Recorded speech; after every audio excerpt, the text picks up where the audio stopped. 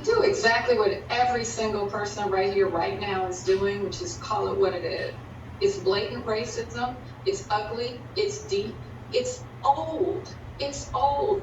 Even when we weren't seeing these kinds of upfront, in your face comments, uh, that, as we've seen in the past weeks and since 2016, we did see them before. And that's what Aaron said. That's what Eddie's referring to. And that's what you're pointing to, Nicole. And here's the thing. And I don't want us to lose this.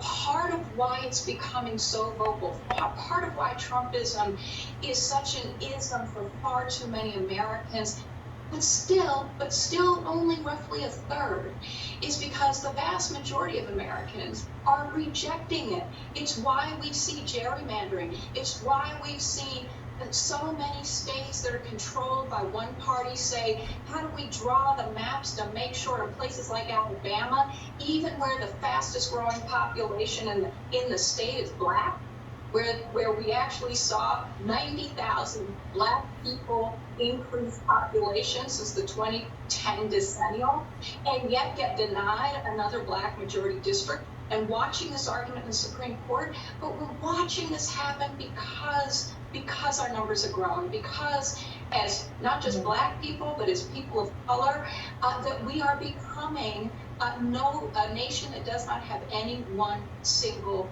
racial majority. And the fear of a pluralist society is one that is held still by a too powerful few. But if we acknowledge it, that it's few, and that the vast majority of us still don't abide, what we have to do is pay attention that it matters when we show up, and it's an active resistance to vote. It's an active resistance to say that you have the right to get that ballot and drop it in the mail if you want, not pay it. And there shouldn't be a lie that says somehow that's more dangerous, or that people of color don't steal an election. It is the fact that we've seen and been able to build coalitions that are multiracial. I lead one, 240 groups strong, and we're Jewish and we're Muslim and we're Christian.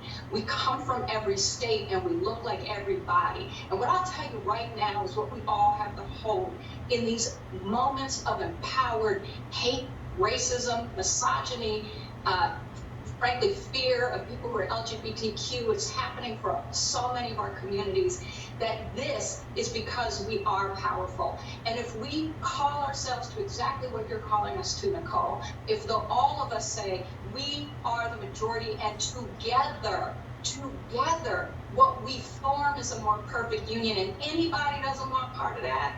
Anybody who wants to call out racism, anyone that wants to call out sexism or any of the other ugliness that we're seeing, anyone that wants to hold power by pushing lies, is frankly not working to save the democracy that 3/4 of this nation is desperate to save.